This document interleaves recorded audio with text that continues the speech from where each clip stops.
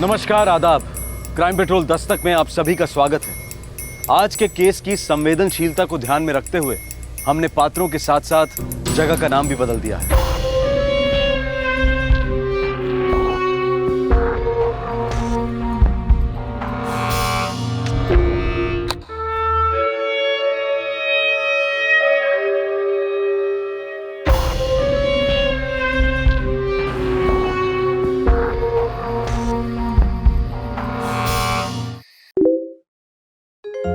बहुत ही हेक्टिक दिन था, पर good fun.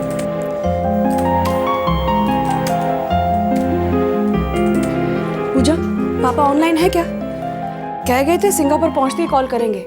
No mama, he is not online right now. और वो जैसे ही लॉग ऑन करेंगे मुझे लाइव ऑन चैट पे अलर्ट मिल जाएगा। ठीक है, जैसे ही ऑनलाइन आए मुझे बता देना, मैं किचन में हूँ। Okay okay. पूजा, दिन की शिफ्ट मांगना, तुझे बहुत मिस कर रही हूँ यार। ओए होए। मम्मा जल्दी आओ, पापा ऑनलाइन है। ए पूजा, क्या हो रहा है? बस चिलिंग पापा। आप बताइए, आपके और सिंगापुर के क्या हाल है? अरे मैं ठीक हूँ, बस एक क्लाइंट के साथ थोड़ा टाइड अप हो गया था। ओह, इतना टाइड अप हो गए कि 10 सेकंड का कॉल भी नहीं कर सकते। अरे यार, तुम्हारा टोन तो ऐसा जैसे मैं कोई अफेयर कर रहा हूँ। सॉरी मैडम, ऐसा कोई ड्रामा नहीं है। ओके पूरे 3 हफ्ते हो गए हैं। Singapore, Hong Kong, Malaysia. 2 दिन आउट ऑफ रडार। क्या हुआ इतना इमोशनल ब्लैकमेल? अच्छा बताइए, आ कब रहे हैं? जल्दी आ रहा हूँ। मैं भी घर के लिए तरस गया हूँ। बस 2 दिन की बात और है, उसके बाद सीधा फ्लाइट पकड़ के बड़ौदा और घर। Okay bye, and I love you ladies. Bye. Love you too papa. Bye bye. हमारे देश में जब लैंडलाइन फोन्स घर घर में पहुंचना शुरू ही हुए थे, तब 1994-95 के आसपास मोबाइल फोन्स ने टेलीफोन की परिभाषा पूरी तरह बदल दी। और आज जब मोबाइल फोन लगभग हर दूसरे आदमी की जेब में आ गया है, तब इंटरनेट की क्रांति कम्युनिकेशन को एक अलग ही लेवल पर ले गई है। इंटरनेट के आने से एक दूसरे के साथ टच में रहने के अनेकों ऑप्शंस उपलब्ध हैं।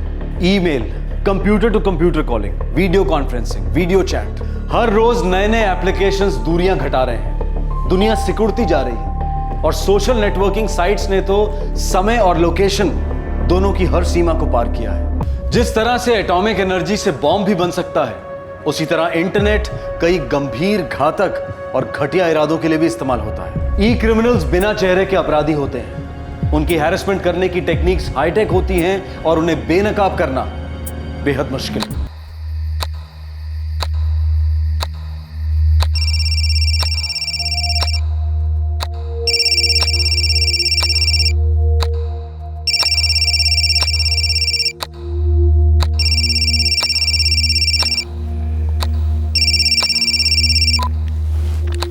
हेलो। पूजा। हाँ, कौन बोल रहा है? पूजा, हाँ, मैंने पूछा कौन बोल रहा है। मैं अहमदाबाद से बोल रहा हूँ। आप हो कौन? रेट क्या है? सॉरी? अरे तुम एक रात का कितना लेती हो, जल्दी बताओ। Full night, how much? Just who the hell is this? क्या बात है पूजा? पता नहीं माँ, रॉन्ग नंबर था। सो जाओ।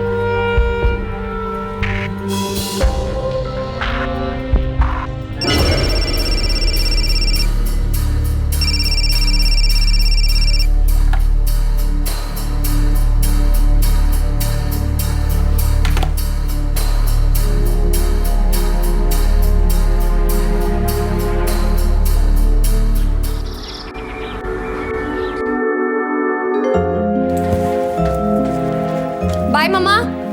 बेटा सीधे घर आना। ऑफ कोर्स मम्मा, पर 8 बज जाएंगे। हाँ चलो बाय।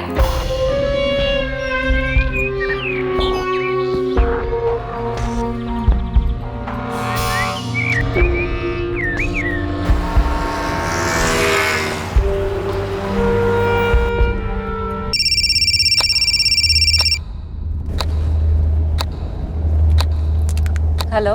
कहाँ मिलोगे? ओह, चीपस्टर अगेन। अगर हिम्मत है तो अपना नाम बताओ ना। मेरे नाम से क्या करना है, तू अपना दाम बता। Oh just shut up. तुम हो कौन, यू ब्लडी? ड्रामा क्यों कर रही है साली? पूरे पैसे दूंगा, वो भी एडवांस। बोल, सब कुछ करेगी ना? तुम्हें मेरा नंबर किसने दिया? तूने तो दिया था। अब देख, बोर मत कर, सीधे सीधे एक रात का बोल दे, मैं कोई तकाजा नहीं करूँगा।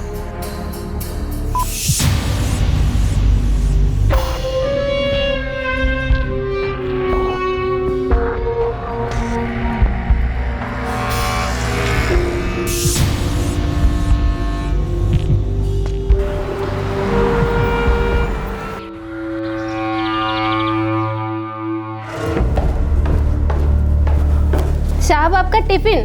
Oh thank you. Baba college गए? वो अभी उठे हैं।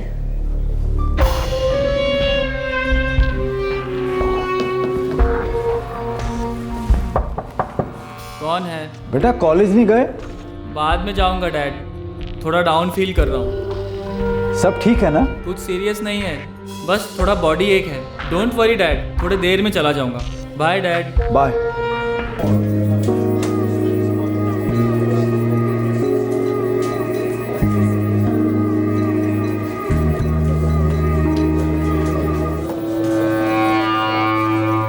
Hey, Pooja, day shift. Nice. All right, sir. Yeah. Hey Pooja, आज लंच विंताज मॉल में। यू नो व्हाट, वहाँ पे एक न्यू पिज्जा जॉइंट स्टार्ट हुआ है। Sure. Okay. अच्छा सुन, शाम को मेरे साथ शॉपिंग चलेगी? Shoes, right? Dresses. Maybe shoes. Maybe both. Okay, and what about handbags? Yes. तो 3 घंटे का कितना? Just off, all right. घर से ऑपरेट करती हो या होटल में मिलेंगे? बोलो ना जल्दी। तुम हो कौन, डैम इट? साली चिल्ला क्यों रही है? धंधा बंद कर दिया क्या? रेट बढ़ा दिया तो बोलना चाहिए था ना। और सुन, मेरे बॉडी पर कोई कांटे वाटे नहीं लगे। What happened?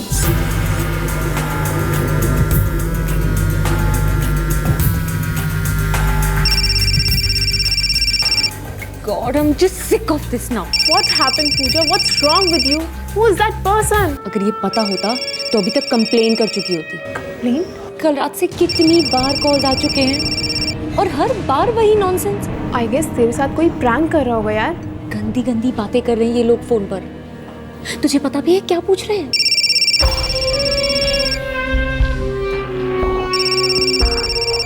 इन्हें लग रहा है कि मैं प्रोस्टिट्यूट हूँ, कॉल गर्ल।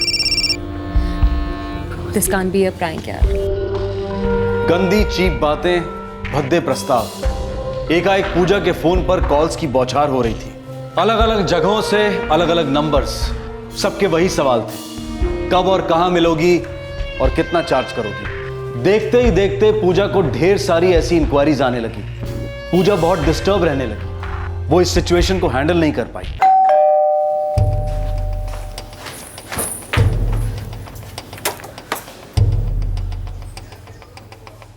क्या बात है बेटा, मैंने इतनी बार कॉल किया और तुमने एक बार भी जवाब नहीं दिया।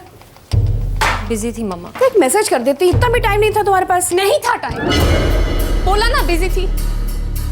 कॉल्स पर कॉल्स आ रहे थे पूरा दिन। अब फेस टू फेस बताओ क्या चाहिए मुझसे। पूजा, क्या बात है बेटा, क्या हुआ बेटा?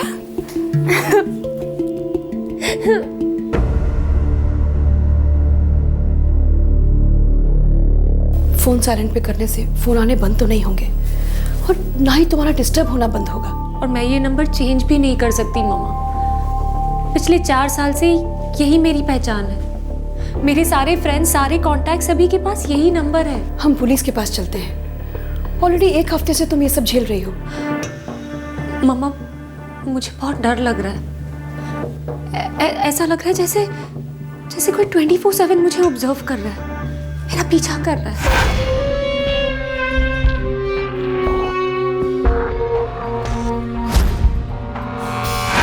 एक क्रीपी सी फीलिंग हो रही है, कहीं मन नहीं लग रहा, बस एक डर बढ़ता जा रहा है।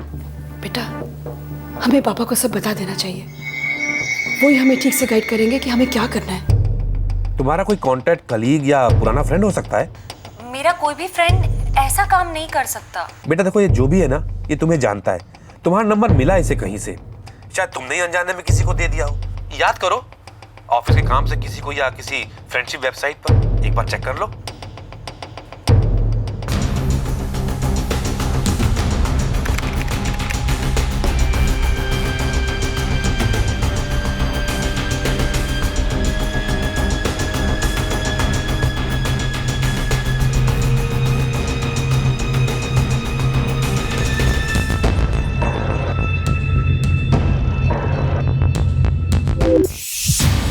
नहीं पापा, मेरा सिर्फ एक फ्रेंड्स बुक अकाउंट है जो मैंने अभी चेक किया। मैंने उसमें अपना नंबर डाला ही नहीं। देखो बेटा, ऐसा हो सकता है किसी ने तुम पे अपना गुस्सा निकालने के लिए तुम्हारा नंबर सर्कुलेट किया हो। आपकी कोई फोन आए ना तो उससे ठंडे दिमाग से बात करो और उससे पूछो कि ये नंबर उसे कहां से मिला और किसने दिया है। ओके? और डरो मत। देखो बेटा, तुम्हें इसकी रूट तक पहुंचना है ना तो ये पता लगाना पड़ेगा कि पहला लीक कहां से हुआ, इस चेन की शुरुआत कहां से हुई। पूजा, फोन उठाओ, डरो मत।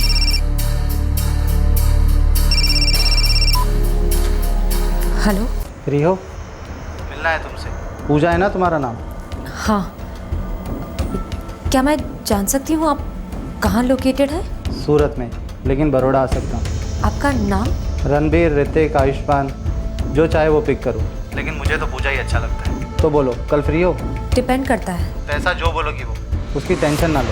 तुम किसके थ्रू आ रहे हो उस पे डिपेंड करता है। मैं समझा नहीं। मतलब तुम्हें मेरा नंबर किसने दिया?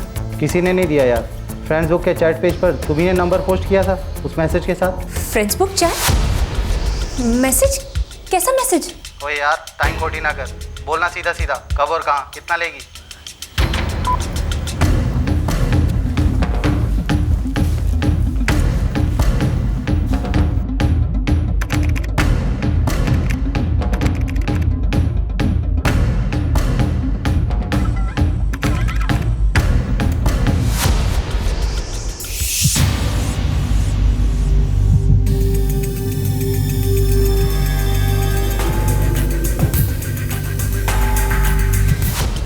अनलिमिटेड फंड गारंटीड, पूजा। किसी ने मेरे नाम का फेक अकाउंट बनाया है और मेरा नंबर भी डाला है यहाँ पर। ओके बेटा, सुनो, ये किसी ऐसे इंसान का काम है जो तुम्हें नुकसान पहुंचाना चाहता है, हार्म पहुंचाना चाहता है, लेकिन हम कभी ऐसा होने नहीं देंगे। तो सबसे पहले कल सुबह फर्स्ट थिंग तुम और मम्मा पुलिस स्टेशन जाएंगे, मेन रोड पर सीधे अलकापुरी पुलिस स्टेशन, और ऑन ड्यूटी ऑफिसर को सब कुछ बताओ। अपना लैपटॉप भी साथ लेके जाना, ओके? और डरना मत मेरी बहादुर बच्ची।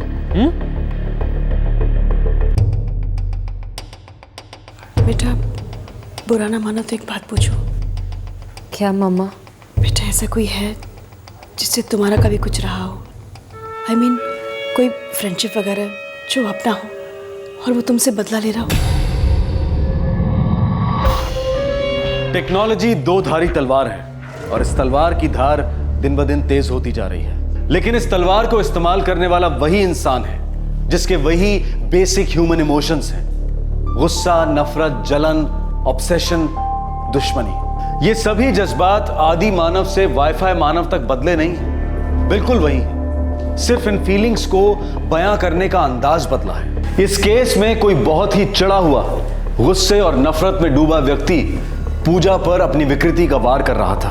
आखिरकार ये आदमी था कौन? नो सर, मैं ऐसे किसी को नहीं जानती हूँ जो ऐसा कुछ कर सकता है। मुझे किसी पर शक नहीं है। इस आदमी को तुम्हारा फोन नंबर मालूम था, इससे जो कुछ भी तुम्हारे स्टेटस पेज पे लिखा, जाहिर है उसका इंटेंशन तुम्हें बदनाम करवाना था, तुम्हें परेशान करना था। अगर वो एक स्ट्रेंजर है, अनजान है, तो वो ऐसा क्यों करेगा? I don't know, sir. मुझे तुम्हारे सेलफोन्स के सभी कॉन्टैक्ट्स की डिटेल्स चाहिए पूजा। जी। मैं तुम्हारे केस रजिस्टर करने के बाद इस केस को हमारी स्पेशल इन्वेस्टिगेशन ब्रांच को सौंपूंगा, जो साइबर क्राइम केसेस हैंडल करते हैं।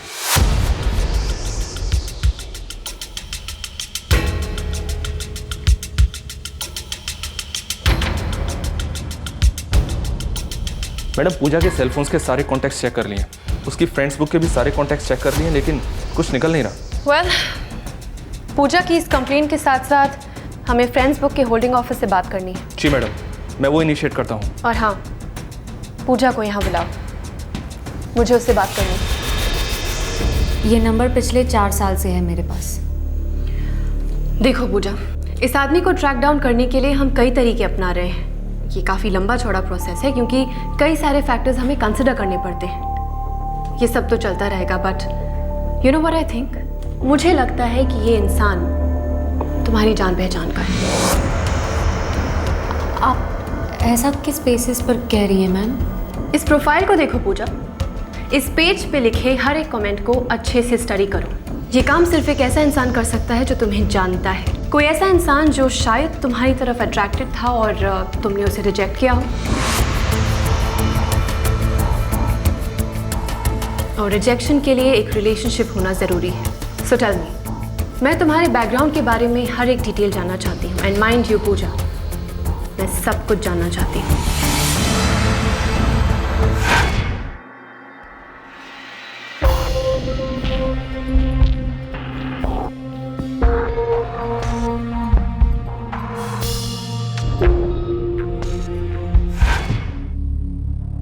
मैंने 12th मॉडर्न कॉन्वेंट स्कूल से किया है, बड़ौदा में। प्रतापगंज?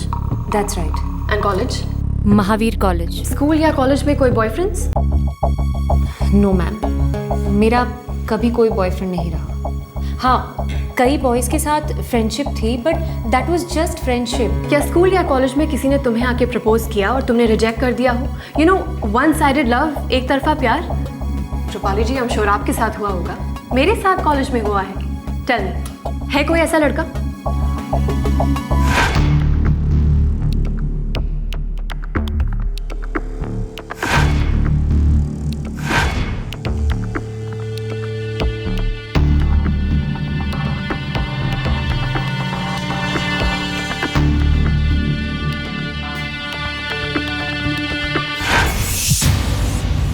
नहीं मैम, मेरे साथ ना ही स्कूल में ऐसा कभी कुछ हुआ और ना ही कॉलेज में। इनफैक्ट मैं बहुत श्योर हूँ कि उस टाइम में से कोई भी लड़का ऐसा कुछ नहीं करेगा मैम। तुम कॉल सेंटर में काम करती हो ना? जी।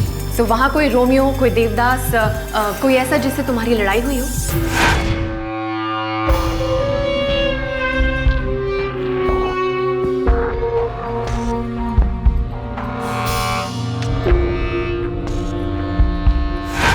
मेरा ऑफिस में तो इनफैक्ट मेरा सबके साथ बहुत ही कूल रिलेशनशिप है।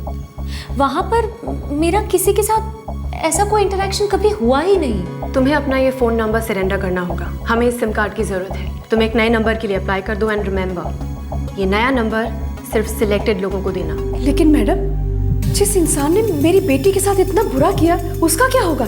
बुरा हाल होगा उसका। इस वक्त उसका कोई चेहरा नहीं है, पर बहुत जल्द हम उसे बेनकाब कर देंगे।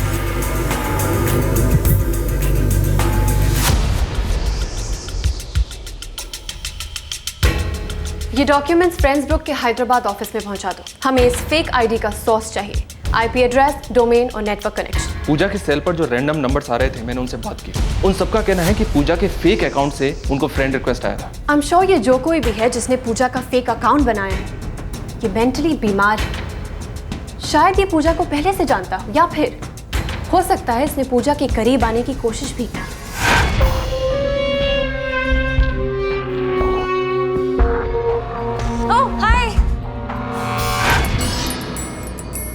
तो फिर मैडम, पूजा हमें बता क्यों नहीं रही? शायद उसे जेन्युइनली कुछ भी नहीं याद है। हो सकता है कि वो इंटरेक्शन ऐसे ही हो गई हो, मीनिंगलेस, और उसके बाद उस इंटरेक्शन के बारे में पूजा ने कभी नहीं सोचा। पर सामने वाले के लिए पूजा के साथ वो ही इंटरेक्शन उसके दिमाग में घर कर गई हो। यू नो, एक तरह का ऑब्सेशन।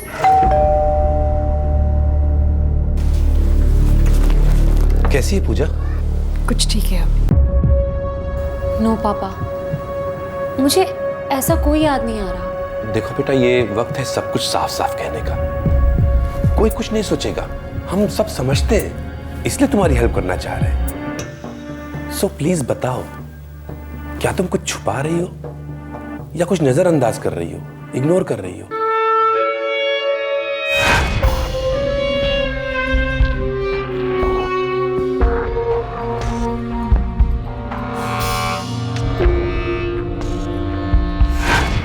नहीं पापा, मैं आपसे कुछ नहीं छुपा रही हूँ, मैं सच कह रही हूँ। मेरा ऐसा कोई दोस्त नहीं रहा जो इतना डरपोक हो कि मेरे पीठ पीछे ऐसी हरकत करेगा। बेटा मुझे क्यों ऐसा लग रहा है कि कुछ गड़बड़ है? कोई गड़बड़ नहीं है डैड, जस्ट चिल। तुम्हारा कॉलेज कैसा चल रहा है? अच्छा चल रहा है डैड।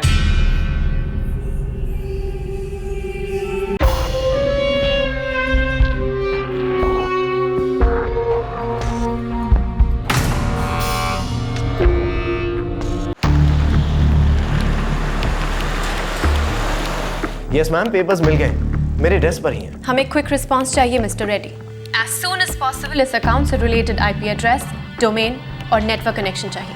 श्योर मैम, मैं इस केस को टॉप प्रायोरिटी पर फॉलो कर रहा हूँ। एक लड़की की जिंदगी तबाह करने पे तुला है ये आदमी। आई मीन, एक सोशल नेटवर्क साइट पे ये टोटली एंटी सोशल एक्टिविटी है। I totally agree with you ma'am. मैंने सारे पेपर स्कैन करके यूएस हेड ऑफिस भेज दिए हैं। आपको इस केस के सारे डिटेल्स उनके मदर सर्वर से मिल जाएंगे। और इस केस को मैंने रेड अलर्ट मार्क कर दिया है। वहाँ की टीम के साथ मैं 24 आवर्स कंटिन्यूस टच में भी हूँ। तो जैसे ही मुझे कुछ डिटेल्स मिलते हैं मैं आपको फॉरवर्ड कर दूंगा। और हाँ, every minute is important. Top priority पे रखिए इस केस को। Sure.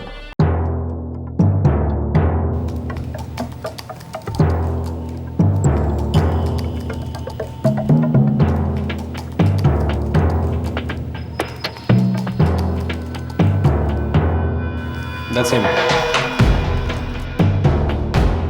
IP address 1.121.345.652.247. Domain resta.nnbs.in. Connection ID 659x789465547. It's a Wi-Fi. Cyber space, जिसे वर्चुअल स्पेस भी कहा जाता है, ये हवाओं की लहरों में बसने वाली एक अनोखी चमत्कारी दुनिया है, जहां इंफॉर्मेशन बिजली से भी तेज दुनिया के दो कोनों के बीच प्रसारित होती है। ये एक फेसलेस इंटरफेस है। इस दुनिया में कोई भी शख्स गुमनामी का मुखौटा पहनकर किसी भी दूसरे शख्स को वो सारी चीजें बयां कर सकता है जो शायद असल जिंदगी में मुमकिन ना हो। लेकिन टेक्नोलॉजी के पहरेदारों और साइबर क्रिमिनल्स के बीच हमेशा चूहे बिल्ली का खेल चलता रहता है।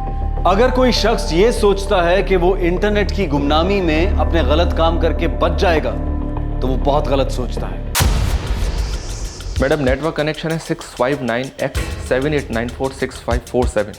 ये serial number data proton company को बिलोंग करता है। डेटा प्रोटॉन, ये तो यूएसबी इंटरनेट कनेक्शंस प्रोवाइड करते हैं ना? करेक्ट। तो इस कंपनी को आईपी एड्रेस और डोमेन डिटेल्स भेज देते हैं।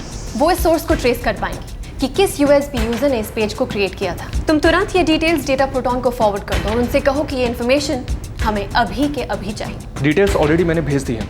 उनका हेड ऑफिस मुंबई में है। मैं उनके ईमेल का वेट कर रहा हूँ।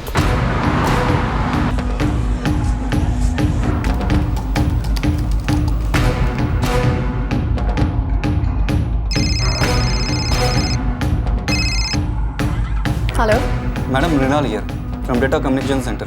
सोर्स ट्रेस हुआ? Yes madam. ये connection Ellora park society Baroda Gujarat से है।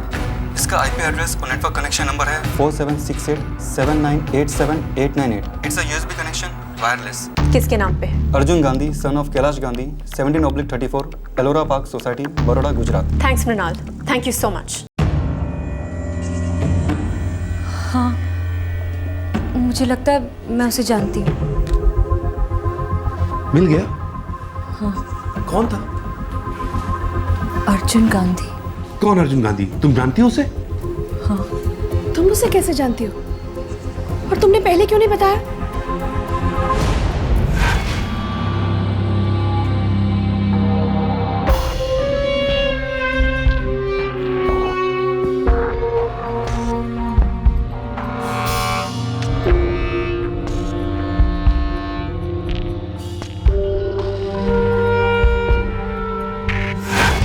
स्कूल में मेरा क्लासमेट था, फिर अचानक स्कूल छोड़ दिया। उसके बाद लास्ट ईयर में उससे टकराई थी।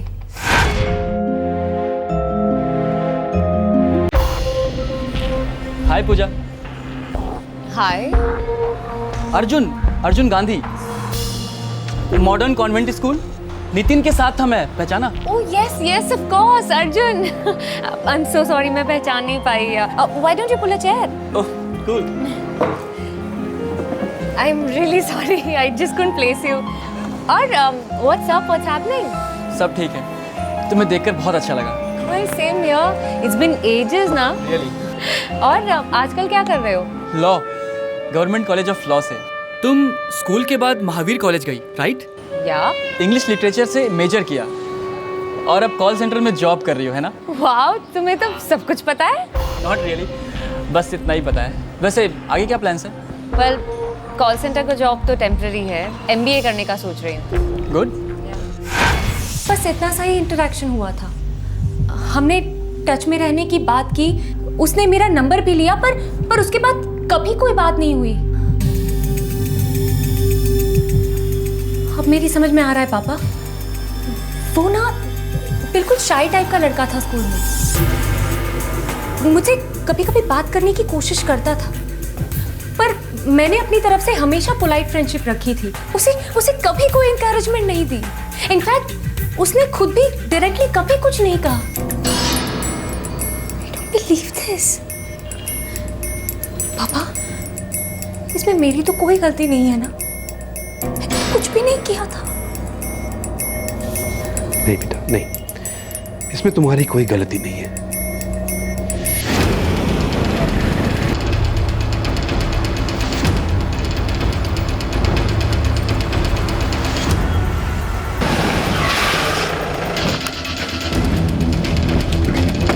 I'm sorry, I can't believe it. मेरा अर्जुन ऐसी हरकत नहीं कर सकता. मैडम, वो एक लॉ स्टूडेंट है. हमारे पास उसका कनेक्शन नंबर है, उसका डोमेन जहां से उसने लॉगिन किया था, उसका IP एड्रेस यानी कि इंटरनेट प्रोटोकॉल एड्रेस, उसके लैपटॉप का सीरियल नंबर, उसके लैपटॉप का मेक, उस आउटलेट का एड्रेस जहां से उसने वो लैपटॉप खरीदा था. इस जुर्म की पूरी डिटेल कुंडली हमारे पास है मिस्टर गांधी. अर्जुन, दरवाजा खोलो. क्या है डैड? एक अर्जेंट बात करनी है. मैं सो रहा हूँ डैड.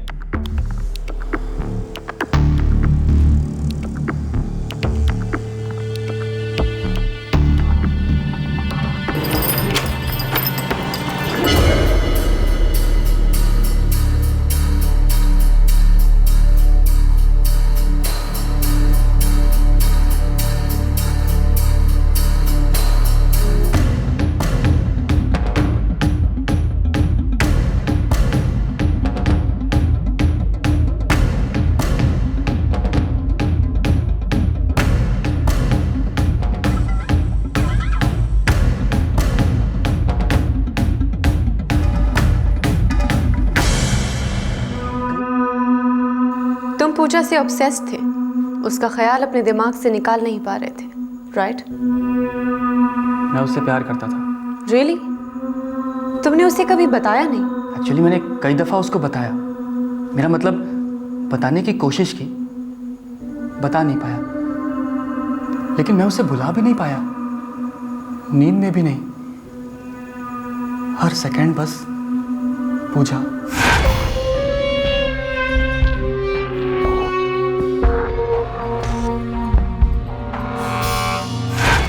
वो फीलिंग्स इतनी स्ट्रांग थी कि मैं उससे बात भी नहीं कर पाता.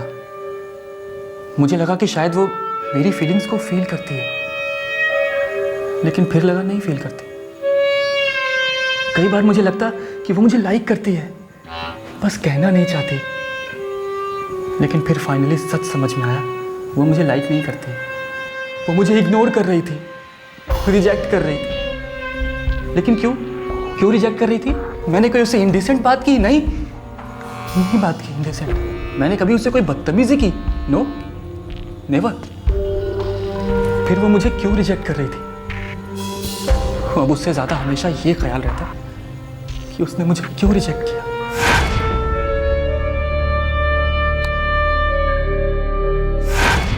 अब गुस्सा तो आएगा ना मैम, किसी को भी आ सकता है.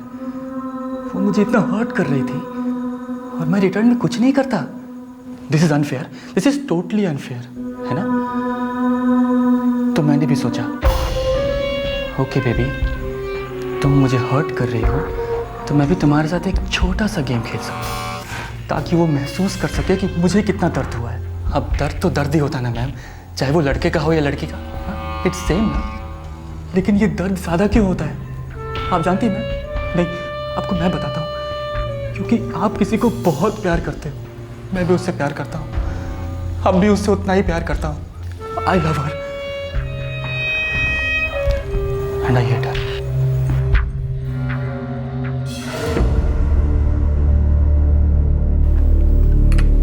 हे पूजा, चिंता मेरा बच्चा, बुरा सपना खत्म हो गया है। पता नहीं पापा, I am still so shocked. कोई इस हद तक कैसे जा सकता है पापा? बस अब मैं कभी किसी सोशल नेटवर्किंग साइट पर नहीं जाऊंगी। इतने एक्सट्रीम्स पे जाके नहीं सोचते बेटा। देखो बेटा, अर्जुन ने जो भी किया है ना, वो ना तो साइबर स्पेस की गलती है और ना ही सोशल नेटवर्किंग की। वो एक मेंटली बीमार लड़का है। उसके दिमाग में एक वर्चुअल दुनिया है, एक मनगढ़ंत दुनिया जिसमें वो कैद है। बेटा, जब इंटरनेट नहीं था तब भी इस तरह के सिरफिरे होते थे। हाँ, पर डैमेज थोड़ा कम होता था। देखो बेटा, जिस तरह इंटरनेट पूरी दुनिया को तुम्हारी उंगली पर लाके बैठाता है, उसी तरह तुम्हें भी तो सारी दुनिया के सामने पहुंचाता है। It's a part of the game my child. थोड़ा सा सेंसिबली यूज करो तो इंटरनेट किसी जादू की छड़ी से कम नहीं है। पर एक बात याद रखो, ये इंटरनेट और सोशल नेटवर्किंग तुम्हारी जिंदगी का एक हिस्सा हो सकते हैं, तुम्हारी जिंदगी नहीं।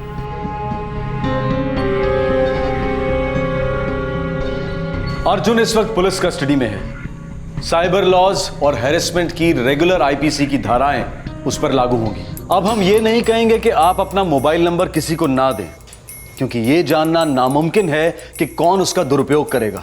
हम ये भी नहीं कह रहे हैं कि दुरुपयोग की संभावना को कम करने के लिए आप अपना फोन नंबर चेंज करते रहें, और ना ही हमारा मकसद इंटरनेट और सोशल नेटवर्किंग को एक विलन के रूप में पेश करना है। सोशल नेटवर्किंग साइट्स पर अगर हम थोड़ा गौर करेंगे तो हम पाएंगे कि हर स्टेटस अपडेट, हर चैट कॉन्वर्सेशन दस्तक देते हैं सामने वाले की मानसिक अवस्था की, उसके विचारों की, उसके इरादों की। ऐसे कई लोग हैं जिनसे रियल लाइफ में आप मिलें तो उनसे 2 शब्दों से ज्यादा बात नहीं होगी, लेकिन ऑनलाइन घंटों बातें होती हैं। ये प्लेटफॉर्म बेशक लोगों को खुलने में मदद करता है, पर अहम सवाल ये है कि हमें लोगों के साथ कितना खुलना चाहिए। आप अपनी रोजमर्रा की जिंदगी की ढेर सारी डिटेल्स पोस्ट करते हैं, अपनी प्राइवेट और पर्सनल फोटोग्राफ्स और होम वीडियोस पोस्ट करते हैं, लेकिन आपके 200, 400 या 2000 ऑनलाइन फ्रेंड्स में से कौन आपकी जिंदगी के लाइव टेलीकास्ट को किस नजरिए से देख रहा है, इसका अंदाजा आप कभी नहीं लगा सकते। जब तक देख रहा है, पढ़ रहा है, तब तक सब ठीक है, लेकिन जब वो फ्रेंड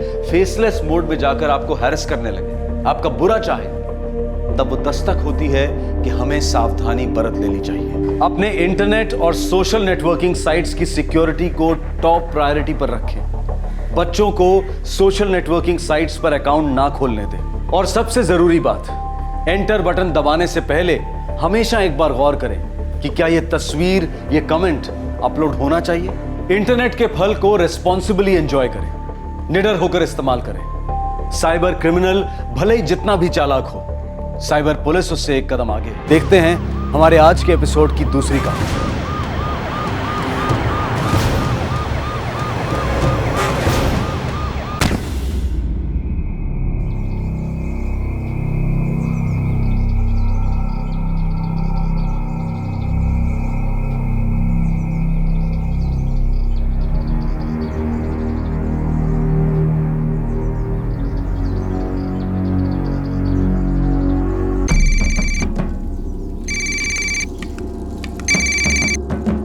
हाँ, अस्सलाम वालेकुम साहब भाई। वालेकुम सलाम वकार भाई। अच्छा सुनिए, आप अपनी बहन सादिया के घर फौरन पहुंच सकते हैं? सब खैरियत तो है ना साहब भाई? पता नहीं वकार भाई क्या बात है, बस सादिया भाभी का फोन आया था, बहुत टेंशन में लग रही थी, कह रही थी कि फौरन घर आ जाओ। ठीक है, मैं अभी निकलता हूँ।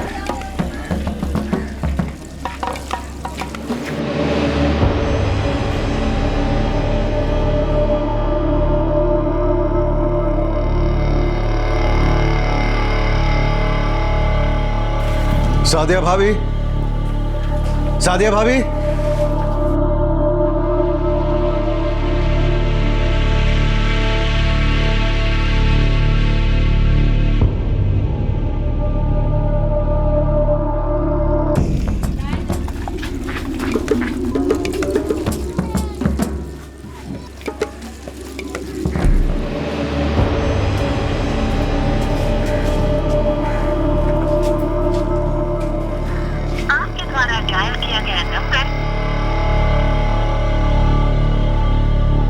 Hello, police station.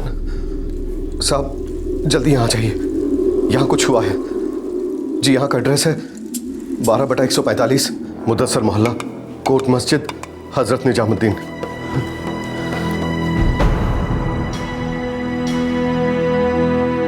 सैफू भाई, ये सब क्या हो गया? सादिया, सादिया भाभी, सादिया भाभी,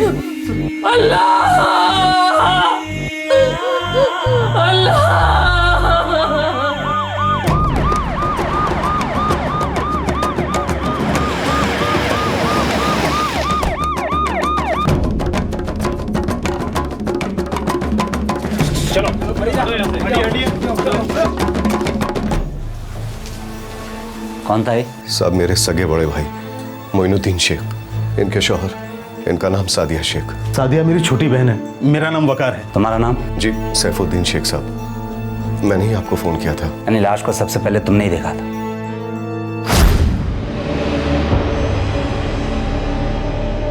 जब मैं यहाँ पहुंचा तो देखा कि बाहर का दरवाजा खुला हुआ है। सादिया भाभी, सादिया भाभी, अंदर दाखिल हुआ तो सादिया भाभी, मैंने मोइन भाईजान की लाश देखी। साहब जब मैं इधर आया तो सादिया भाभी मुझे कहीं नहीं दिखी। मुझे लगा वो भी किसी मुसीबत में होंगी, तभी मैंने आप लोगों को फोन किया। मैं जब यहाँ आया तब साहब भाई आपको फोन कर रहे थे, तभी सादिया अंदर आई। तुम कहाँ गई थी सादिया जी? और क्या तुम्हारे शौहर घर पर अकेले थे? जी मैं तो बाजार गई थी तरकारी लाने। जब लौटी तो देखी कि सैफ भाई और वकार भाई यहाँ हैं और मेरे शौहर का कत्ल हो चुका है। मैं यहाँ आया तो सैफ भाई पहले से यहाँ मौजूद थे। और साहब मैं यहाँ इसलिए आया क्योंकि सादिया भाभी ने खुद फोन करके बुलाया, बोली कि मामला अर्जेंट है, जल्दी मेरे घर पहुंचो। और मैं यहाँ इसलिए आया क्योंकि सैफ भाई ने मुझे फोन करके यहाँ बुलाया था। अरे साहब आप ऐसे क्या देख रहे हैं साहब? साहब मैंने कुछ नहीं किया साहब, कसम खा के कह रहा हूं मैंने कुछ नहीं किया। और मैं भला अपने बड़े भाई को क्यों मारूंगा साहब?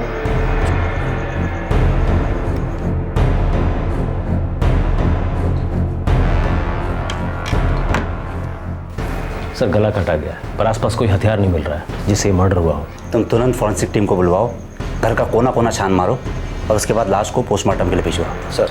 और हाँ, इन तीनों को, सादिया, वकार, सैफ, इन्हें भी पुलिस स्टेशन बुलवाओ। ये लोग जरूर कुछ छिपा रहे हैं। पीड़ित का छोटा भाई सैफुद्दीन बौखला गया था क्योंकि उसकी भाभी सादिया और सादिया का भाई वकार उस पर उंगली उठा रहे थे, इशारा कर रहे थे कि शायद सैफुद्दीन ने ही अपने भाई मोइनुद्दीन का कत्ल किया है। मौका वारदात पर सबसे पहले सैफुद्दीन पहुंचा। उसके हिसाब से मोइनुद्दीन की लाश वहां पड़ी थी। अब सवाल यह था कि इन तीनों में से झूठ कौन बोल रहा था और कातिल कौन था, और यह कत्ल हुआ क्यों था?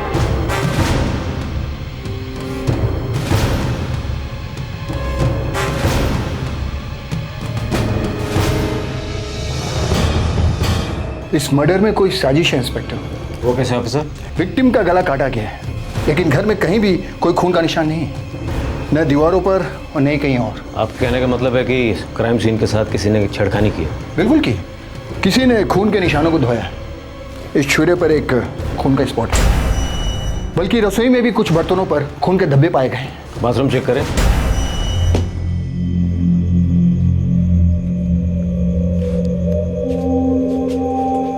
किसी ने सबूतों को धो डालने की कोशिश की है।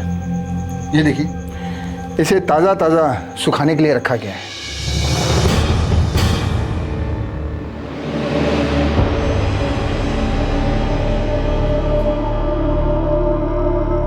अगर मैंने मोइनुद्दीन भाईजान का कत्ल किया होता तो मैं खुद आप लोगों को क्यों बुलवाता? मैं वकार भाई को वहां क्यों बुलाता साहब? सैफुद्दीन, मैंने ऐसे कई क्रिमिनल्स देखे हैं जो अपनी बेगुनाही का रोना रोते हैं, जबकि असल में खुद ही कत्ल करके खून खून चिल्ला रहे होते हैं। साहब मेरा यकीन कीजिए, मैंने कुछ नहीं किया साहब। मैं तो मोइन भाईजान से मिलता भी नहीं था। वो तो सादिया भाभी का अचानक फोन आ गया, बोली कि मामला बहुत अर्जेंट है। सैफ भाई आप फौरन यहाँ आ जाइए। क्यों, सब ठीक तो है ना? बस आप जल्दी आ जाइए, देर न करें, मैं इंतजार कर रही हूँ। ठीक है भाभी, मैं अभी निकलता हूँ। साहब मेरा मोबाइल ले लो साहब, साहब मेरे सारे कॉल लिस्ट चेक कर लो साहब, आपको जो करना चेक कर लीजिए, मैं झूठ नहीं बोल रहा हूँ साहब। आप मेरा भी मोबाइल चेक कर लीजिए, आपको तसल्ली हो जाएगी कि मैं वहाँ इसके लिए पहुँचा था क्योंकि सैफ भाई ने मुझे फ़ोन करके बुलाया था।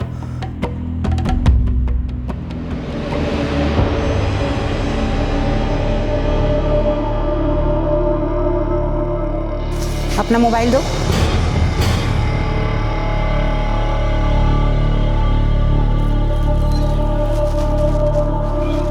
ये क्या तमाशा है सादिया? पहले तुमने अपने देवर को फ़ोन किया, फिर तुम्हारे देवर ने तुम्हारे बड़े भाई साहब को फ़ोन किया, फिर उन दोनों को तुम्हारे घर में से तुम्हारे पति की लाश मिलती है। क्या बात है जो तुम छुपा रही हो? क्या तुमने अपने पति का कत्ल किया है?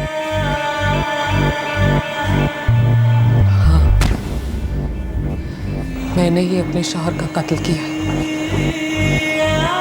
मार डाला मैंने उन्हें, क्योंकि मेरे अंदर बर्दाश्त करने की ताकत खत्म हो चुकी थी।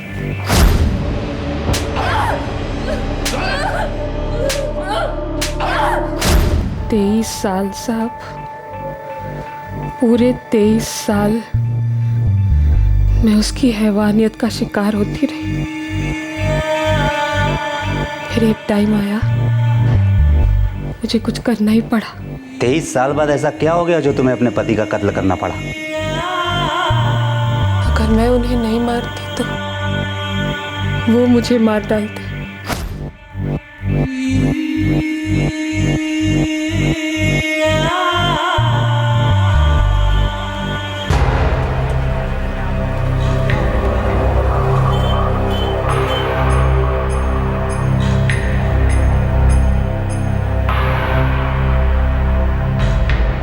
भाईजान, कहाँ जाओगे?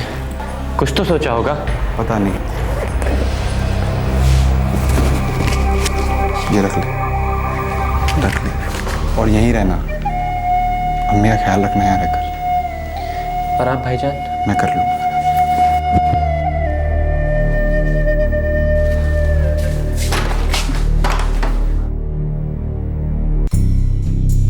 सर, मोइनुद्दीन शेख का कत्ल इस चाकू से नहीं हुआ है।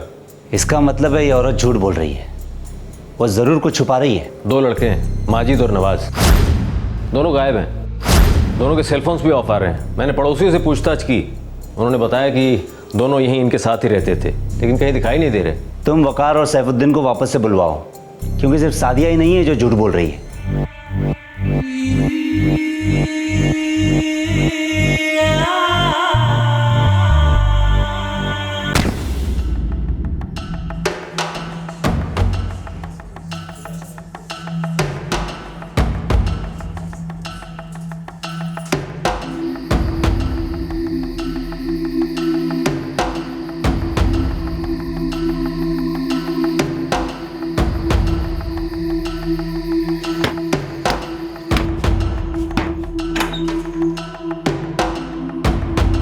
लड़कों की जिंदगी पड़ी है सामने, उन्हें बड़ा करना है, पढ़ाना है। आपकी ये शराब की आदत कैसे होगा बताइए? तू चला रही है घर। साला थके मांदे घर पे आओ, 2 रोटी भी सूखी नसीब नहीं होती।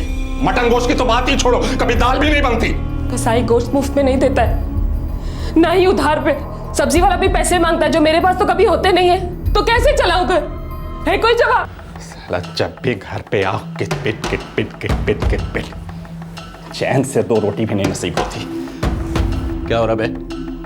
कोई टीवी पे नाटक चल रहा है? चलो अपने कमरे में जाओ जल्दी। जो बना है गरम कर देती हूँ, खा लीजिए। जो बना है उसे गरम कर और खुद ही खा ले। मुझे नहीं खाना, पहली बार कोई भूखे नहीं सो रहा हूं मैं। कल सैफू के यहां जाके खा लूंगा।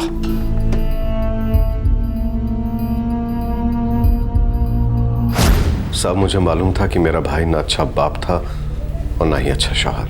फिर 23 साल क्यों इंतजार किया तुम्हारे भाभी ने अपने शौहर का गला काटने के लिए? यही बात तो मेरी समझ में भी नहीं आ रही है साहब। हाँ मानता हूं कि वो सादिया भाभी को मारते थे, पीटते थे, पर उतना बुरा आदमी भी नहीं था साहब। जब उसकी शादी हुई, बाल बच्चे हुए, वो ईमानदारी से ही काम करता था। एक वक्त तो ऐसा था साहब कि मोइन भाई मेरे साथ ही काम किया करते थे।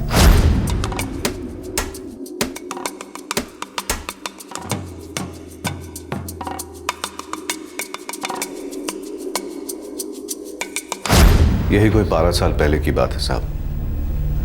मोइन भाई ठीक ठाक काम कर रहे थे, फिर पता नहीं कैसे उन्हें शराब की लत लग गई। पहले तो बस एक आधी पिया करते थे, हमें से किसी को पता ही नहीं चला साहब कि कब शराब उन्हें पीने लगी। और जब तक पता चला बहुत देर हो चुकी थी साहब।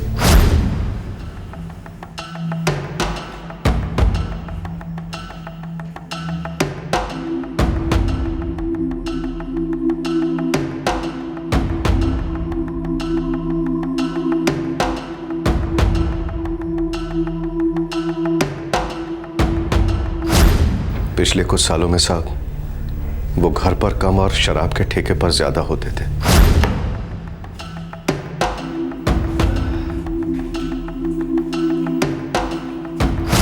और एक टाइम के बाद शराब के साथ साथ अफीम, गांजा, चरस सब कुछ शुरू हो गया साहब। फिर क्या था, वो सड़क छाप गर्त पर उतर आए।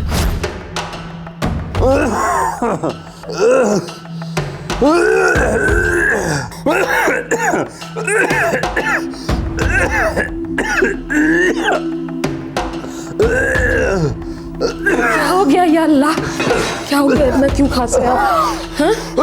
क्या हुआ अम्मी? तेरे अब्बू की तबीयत बहुत खराब है, तू नवाज को फोन लगा। हाँ अम्मी, हम नवाज, तेरे भाई माजिद का फोन है घर से। हाँ तो और कितना मरेगा साला? जितनी जल्दी मरता हम सबके लिए अच्छा। नहीं, कुछ करने की जरूरत नहीं। ये नवाज के अपने बाप से नफरत करता था? अपनी अम्मी से बहुत प्यार करता था साहब। उससे उसकी माँ की जिल्लत, वो मारपीट, वो दर्द, ये सब बर्दाश्त नहीं होता था। महज 14 साल की उम्र में ही वो काम पर लग गया। क्या करता था? सादिया भाभी के भाई वकार भाई के होटल में काम करने लगा। मतलब वकार भाई ने ही नवाज को काम पर लगा दिया। नवाज के पैसे से ही घर चलता था। कम से कम सादिया भाभी और छोटे माजिद को 2 वक्त की रोटी मिल जाती थी साहब। और मोइनुद्दीन, उसकी कोई परवाह नहीं थी नवाज को? सब वो सिर्फ अपनी अम्मी की वजह से अपने बाप को बर्दाश्त करता था, क्योंकि सादिया भाभी को उम्मीद थी कि मोइन भाई शायद कभी सुधर जाए।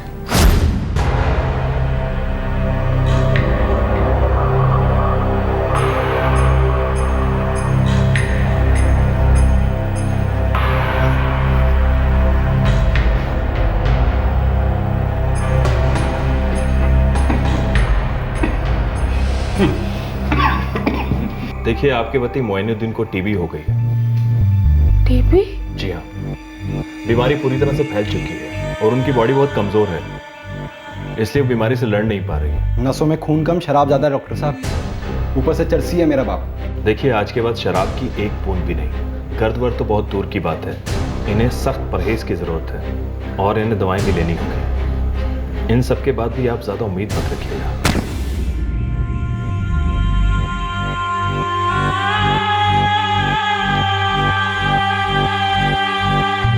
नवाज, 1000 दे दो बच्चा। माजिद, तू जाके ये दवाई खरीद ला। हम तुझे गेट पे मिलते हैं अब्बू के साथ, वहाँ से रिक्शा कर देंगे। हाँ जी अम्मी। अम्मी, आपको सबसे क्या मिलता है? जानवरों की तरह पीटता आपको। सारी कमाई दारू और चरस पे फूकती। एक बार भी हम लोगों के बारे में सोचा भी? और अब ये सब इलाज विलाज क्यों? क्योंकि वो तेरे अब्बू है। नहीं, उस आदमी ने सिर्फ हमें पैदा किया। बाप वो होता है जो आपको पालता है, आपसे प्यार करता है, आगे की सोचता है और अपने बच्चों की अम्मी को इज्जत देता है। नवाज, ये सब बातें होती रहेंगी। अभी तेरे अब्बू इंतजार कर रहे हैं, तो पहले चल चल। मैंने भी बहुत कोशिश की साहब, लेकिन मोइन भाई के नशे की लत छूटती ही नहीं थी। फिर क्या था साहब, ना काम काज था, ना हाथ में पैसे। जैसे जैसे नशे की तलब बढ़ती, मोइन भाई की हैवानियत भी बढ़ती जाती। पैसे देने तो यहीं ढेर कर दूंगा तुझे। सर, कई बार तो लगा कि सादिया भाभी मोइन भाई को तलाक क्यों नहीं दे देती, पर उनकी सोच अलग थी। सैफ, सच सच बताओ, नवाज और माजिद कहाँ हैं? खुदा कसम मैं कुछ नहीं जानता। ये सादिया के भाई वकार को तो पता होगा। नवाज तो उसके होटल में काम करता है। काम करता था साहब। नवाज 6 महीने पहले तक वकार भाई के होटल में ही काम करता था, पर 6 महीने पहले उसने अपना काम छोड़ दिया, खुद का धंधा शुरू कर लिया था नवाज ने। मस्जिद के पास उसने कबाब की टेकरी लगा दी।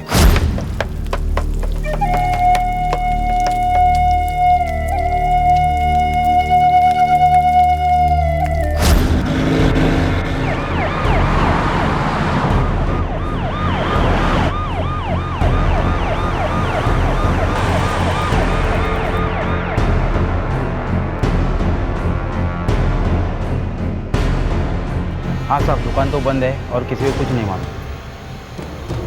तुम्हें क्या लगता है कैलाश? सर, मैंने नवाज और माजिद की तस्वीरें सभी पुलिस स्टेशन में भिजवा दी है और खबरियों को भी काम पर लगा दिया है। पर वो दोनों लड़के फरार क्यों होंगे जब उनकी माँ खुद अपना जुर्म कबूल कर रही है, जब वो कह रही है कि उसी ने अपने शौहर का खून किया है? जाहिर है उनकी माँ ने ये खून नहीं किया।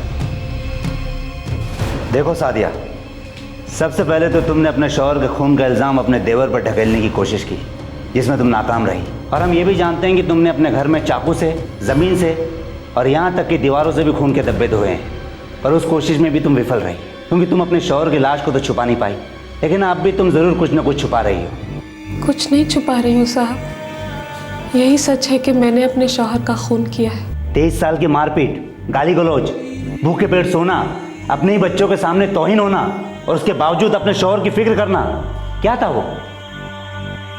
सादिया, हम अच्छी तरीके से जानते हैं कि तुमने अपने शौहर का कत्ल नहीं किया है, और जिसने भी किया है तुम उसे अच्छी तरीके से जानती हो।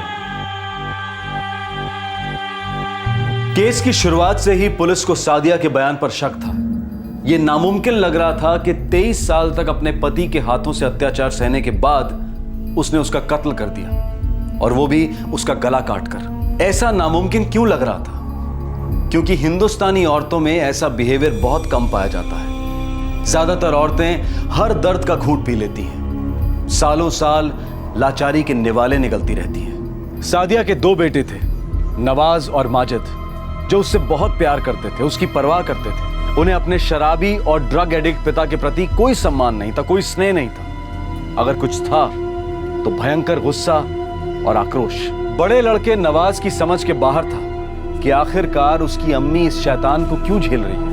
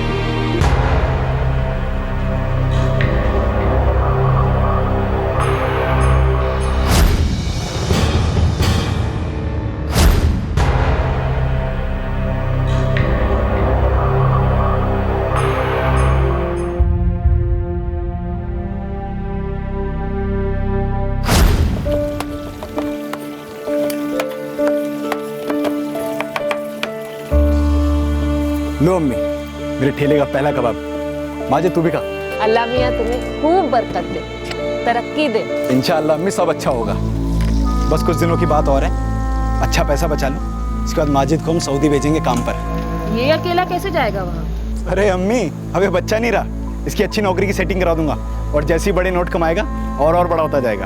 हाँ अम्मी, मैं जा सकता हूँ, मैं हर काम कर सकता हूँ। आखिरकार मुझे भी तो भाईजान की तरह कुछ करना है। अम्मी, मैं मामू जान के होटल पे कस्टमर मिला था, वो ना सऊदी में काम करता था। उसने मुझसे वादा किया है वो इसकी पक्की नौकरी लगवाएगा। उसका नंबर सब है मेरे पास। नवाज मेरी जान, तू इतना बड़ा कब हो गया रे? बस अम्मी, एक बार माजिद सेट हो जाए उसके बाद मैं आपको हज कराऊंगा। इतने सालों में आपने जितने बुरे दिन देखे सब भुला दूंगा।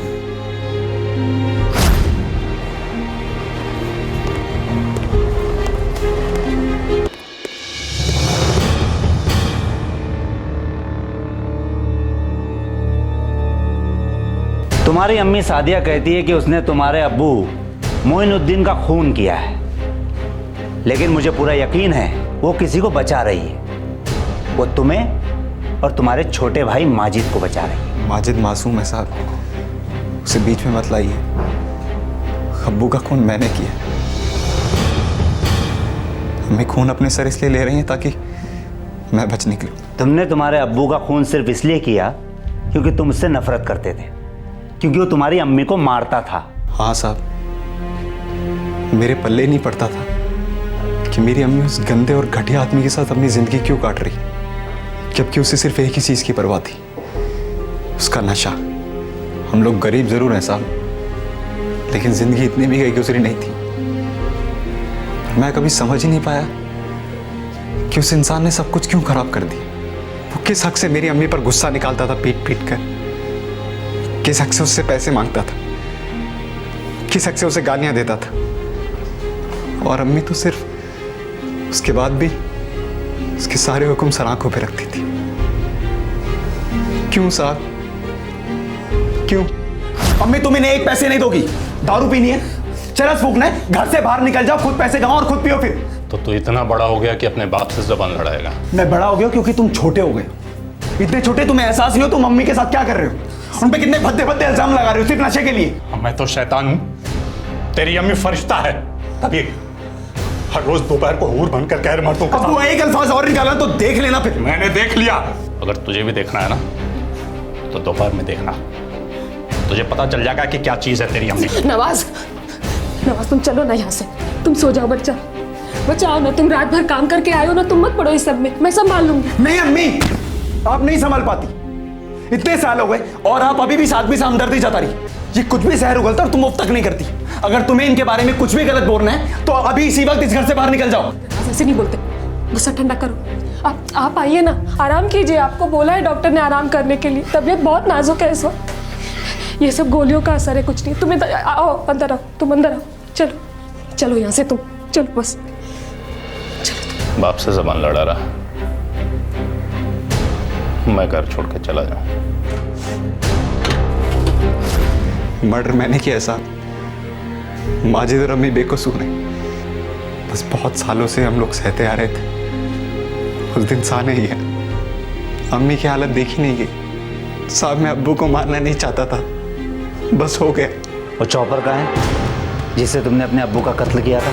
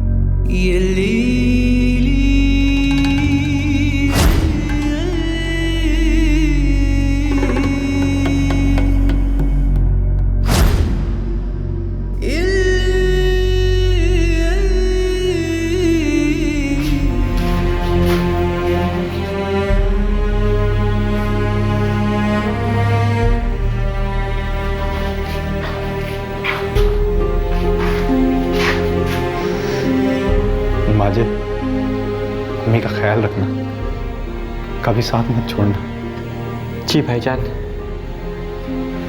अम्मी, मुझे माफ कर दे। नवाज,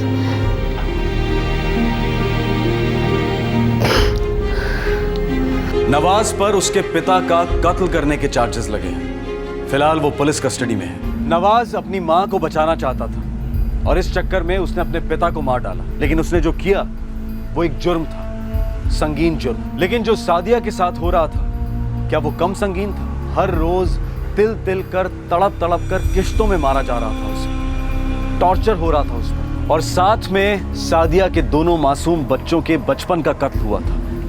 क्या वो कम संगीन था? शराब की लत, ड्रग एडिक्शन, ये मानो हर केस में ना सिर्फ एडिक्ट को खत्म कर देता है बल्कि उसके पूरे परिवार को कुचल कर, जलाकर राख कर देता है। नशे की आग तबका नहीं देखती, जात पात, ऊंच नीच, अमीर गरीब कुछ नहीं देखती। बस जो लपेटे में आता है उसे फूंक देती है। ये आग अचानक नहीं भड़कती, शुरुआत होती है एक चिंगारी से। वो एक आध बार पीना, वो एक आध चिलम, रिलैक्स करने के लिए, टेंशन मिटाने के लिए, थकान मिटाने के लिए। 2 पल का नशा मानो सारी तकलीफों पर धुएं की चादर बिछा देता है और फिर इंसान इस चादर के बिना रह नहीं पाता।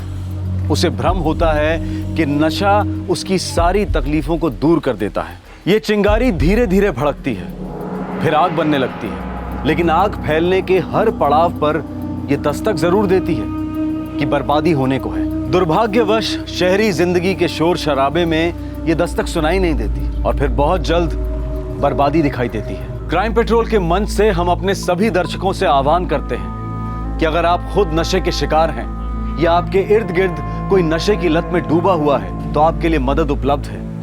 कई संस्थाएं हैं, कई अस्पताल हैं, ट्रीटमेंट्स हैं जो नशे की लत से लड़ने में आपकी मदद कर सकते हैं। लेकिन वो पहला कदम, वो हिम्मत वाला कदम हमें ही लेना होगा। अपने आप कभी कुछ ठीक नहीं होगा और दुनिया का कोई भी नशा आपकी किसी भी प्रॉब्लम को सॉल्व नहीं कर सकता है, बल्कि नई प्रॉब्लम्स ही खड़ी कर सकता है। क्राइम पेट्रोल्स के और भी दिलचस्प कहानी देखने के लिए हमारे चैनल को सब्सक्राइब करें और बेल आइकॉन दबाना न भूलें।